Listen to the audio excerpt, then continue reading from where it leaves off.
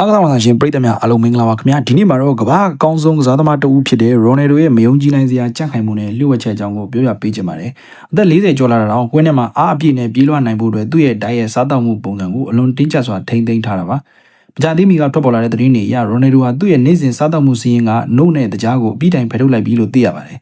တကြားကိုရှောင်ခြင်းကခန္ဓာကိုယ်ထဲမှာမလိုအပ်တဲ့အဆီတွေစုမနေစေဖို့နဲ့အင်ဆူလင်ပမာဏကိုထိန်းညှိဖို့တဲ့အချိုးအစားတွေကိုလုံးဝဆွန့်လွတ်လိုက်တာဖြစ်ပါတယ်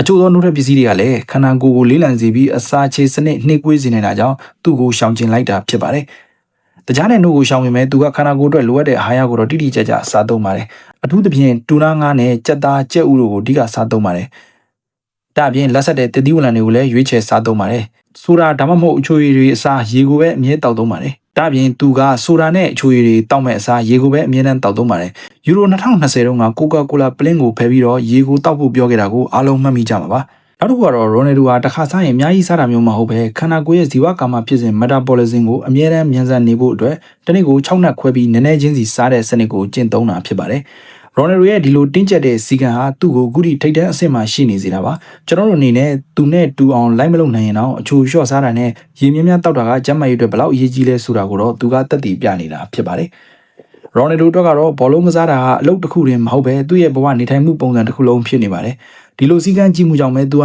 2026ခုနှစ်အထိအကွင်းထဲမှာဂိုးတွေဆက်လက်သွင်းနေနိုင်တာဖြစ်ပါတယ်။ကဲအားကစားဝါသနာရှင်ပရိသတ်များခင်ဗျာမိတ်ဆွေတို့အနေနဲ့ရောရိုနယ်ဒိုလိုမျိုးအချိုနဲ့နှုတ်ကိုလုံးဝရှောင်နိုင်ကြမှာလား။သူ့ရဲ့ဒီလိုစည်းကမ်းကြည့်မှုကိုရောဘယ်လိုမြင်ကြလဲ comment မှာဆွေးနွေးသွားကြပါဦးခင်ဗျာ။